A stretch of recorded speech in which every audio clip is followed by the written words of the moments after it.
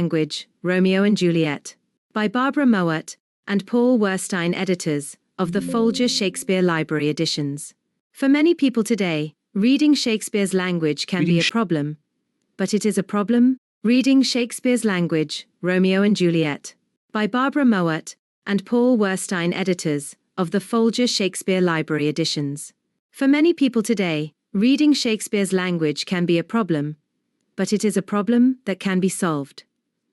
Those who have studied Latin, or even French or German or Spanish, and those who are used to reading poetry, will have little difficulty understanding the language of poetic drama.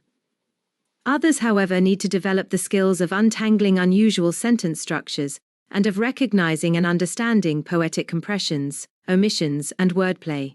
And even those skilled in reading unusual sentence structures may have occasional trouble with Shakespeare's words. More than 400 years of static, caused by changes in language and in life, intervene between his speaking and our hearing.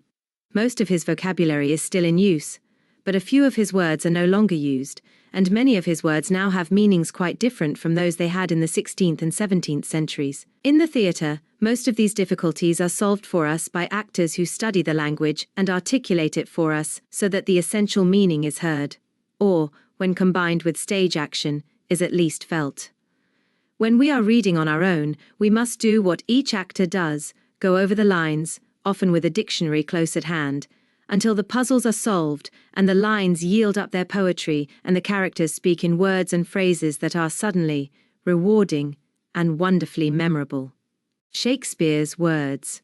As you begin to read the opening scenes of a play by Shakespeare, you may notice occasional unfamiliar words. Some are unfamiliar simply because we no longer use them. In the opening scenes of Romeo and Juliet, for example, you will find the words misadventured, that is, unlucky, and that is if, marry, an old oath by the Virgin Mary, which had by Shakespeare's time become a mere interjection, like indeed, and soft, an interjection that means hold enough, or wait a minute. Words of this kind will become familiar the more of Shakespeare's plays you read.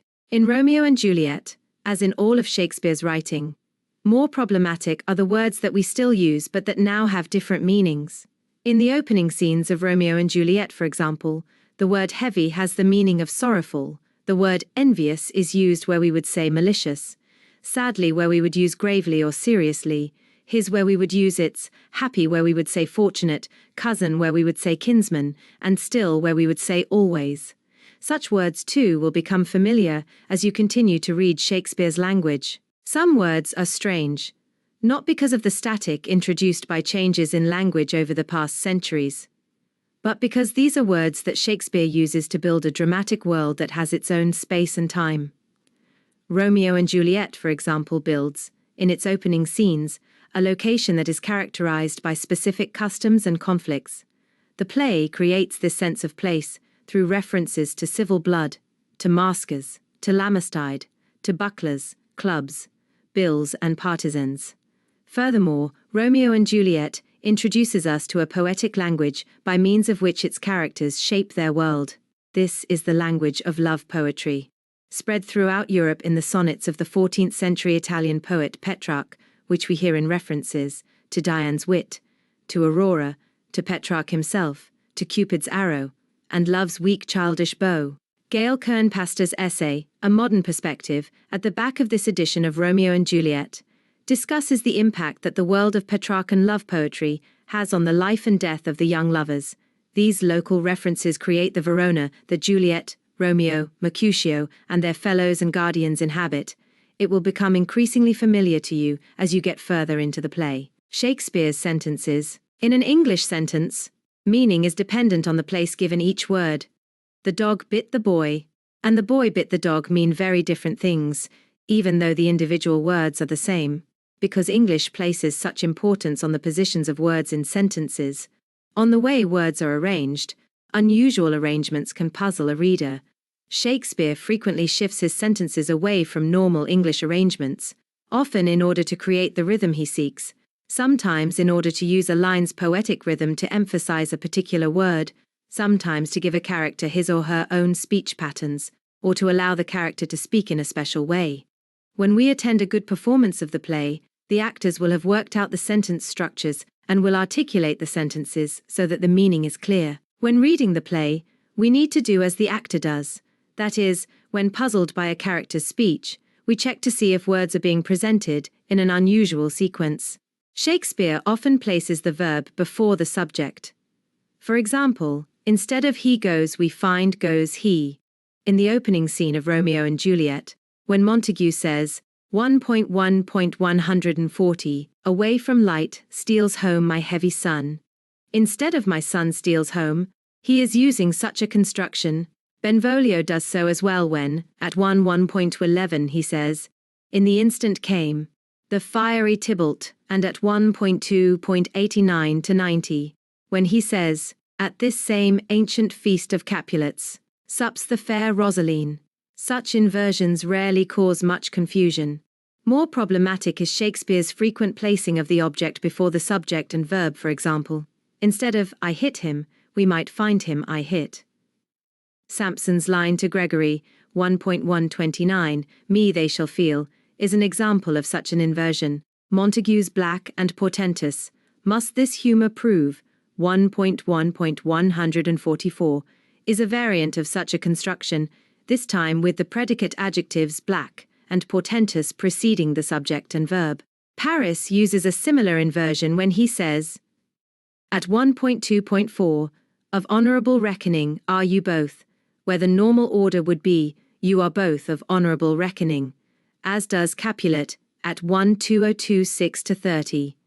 When he says, such comfort as do lusty young men feel, shall you this night inherit at my house, where the normal order would be you shall inherit, i.e., receive, such comfort at my house as lusty young men do feel. Inversions are not the only unusual sentence structures in Shakespeare's language.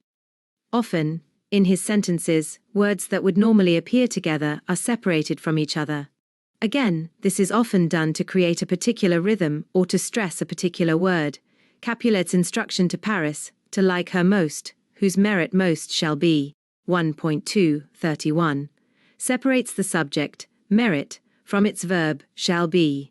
Benvolio's lines that begin at 1.1.122, a troubled mind drove me to walk abroad, where underneath the grove of sycamore, that westward rooteth from this city side, so early walking did I see your son, interrupt the normal construction where I did see your son by inserting a series of phrases and inverting the subject and part of the verb. The nurse, in 1.3, interrupts the sequence weaned upon that day when she says, and she was weaned, I never shall forget it, of all the days of the year, upon that day, 26 to 27. In order to create sentences that seem more like the English of everyday speech, one can rearrange the words, putting together the word clusters, merit shall be.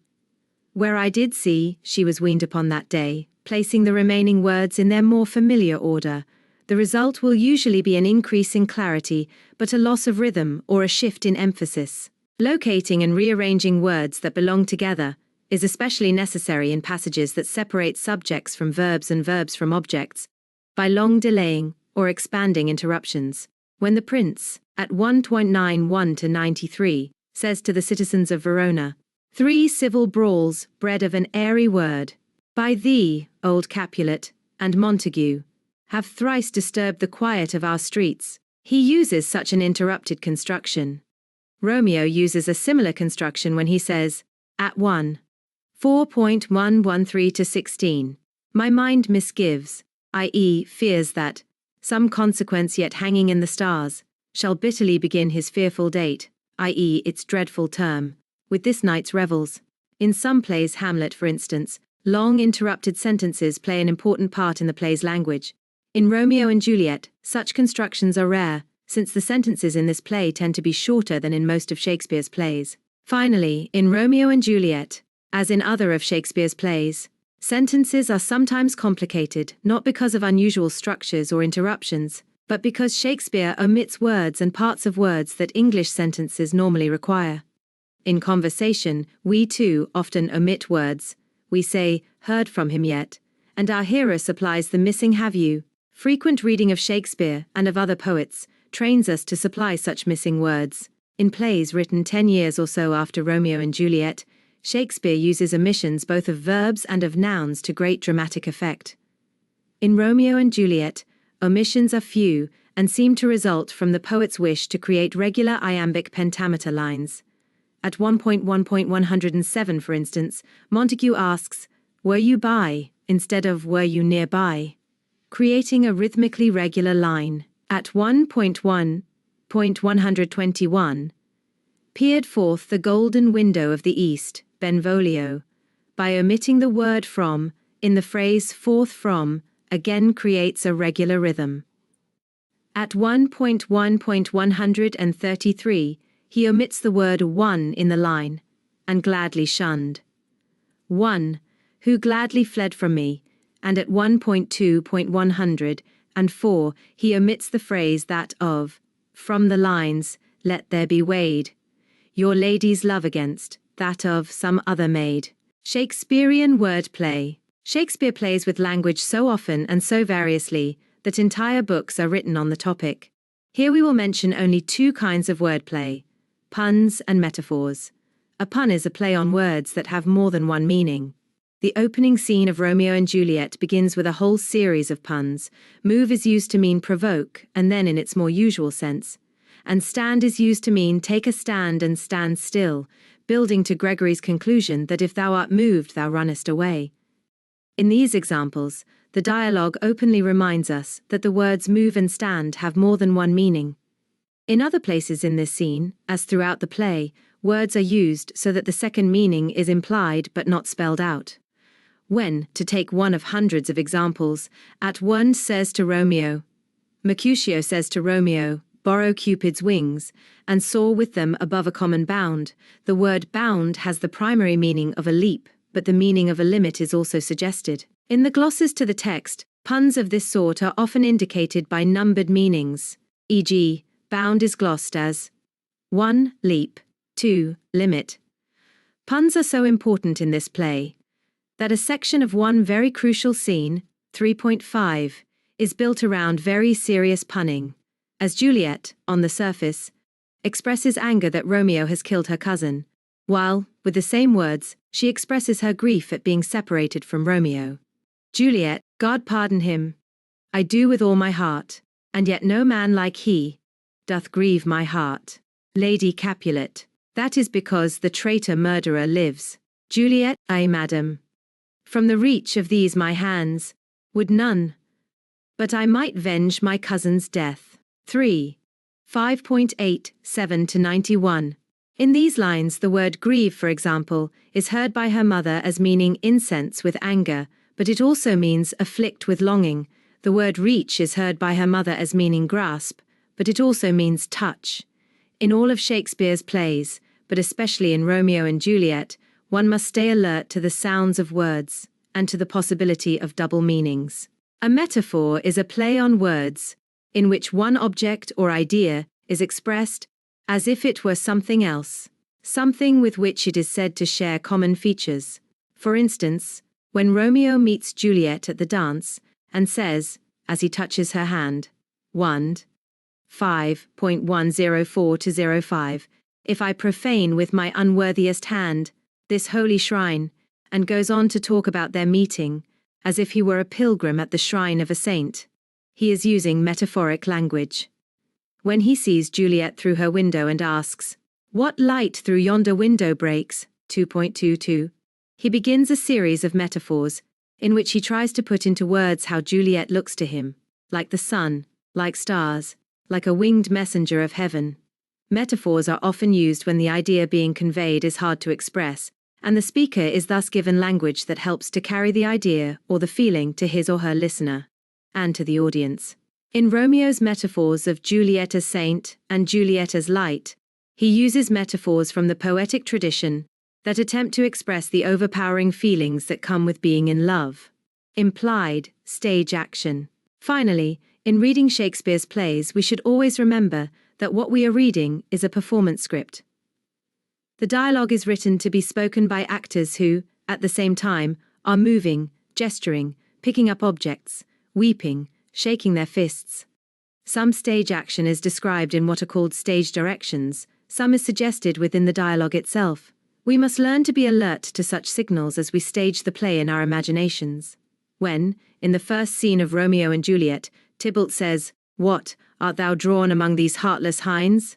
Turn thee, Benvolio, look upon thy death," it is clear that Benvolio must earlier have drawn his sword, and Benvolio's response to Tybalt, "Put up thy sword," makes it just as clear that Tybalt has drawn his, probably just when he says, "Turn thee, Benvolio." When Lady Capulet says, in 1.3, "Nurse, give leave a while, we must talk in secret. Nurse, come back again," 8 to 9, we can be sure that the nurse begins to leave. Since she soon enters into the conversation, we can be equally sure that she returns as ordered. At several places in Romeo and Juliet, signals to the reader are not quite so clear. When Samson says, at 1.134, "My naked weapon is out," one would assume that he has drawn his sword. The dialogue that follows, though, makes it improbable that he is standing there with his sword drawn. Here a director, and you as reader, must decide just what Samson would do as he says these lines. Equally interesting challenges are offered by the fight scene in which Mercutio is killed, reportedly under Romeo's arm. The text leaves open several possibilities for staging that killing. It is immensely rewarding to work carefully with Shakespeare's language, with the words, the sentences, the wordplay, and the implied stage action. As readers for the past 4 centuries have discovered, it may be more pleasurable to attend a good performance of a play, though not everyone has thought so. But the joy of being able to stage a Shakespeare play in one's imagination, to return to passages that continue to yield further meanings, or further questions, the more one reads them. These are pleasures that, for many, rival, or at least augment, those of the performed text, and certainly make it worth considerable effort to break the code of Elizabethan poetic drama and let free the remarkable language that makes up a Shakespeare text. Stay connected. Find out what's on, read our latest stories, and learn how you can get involved.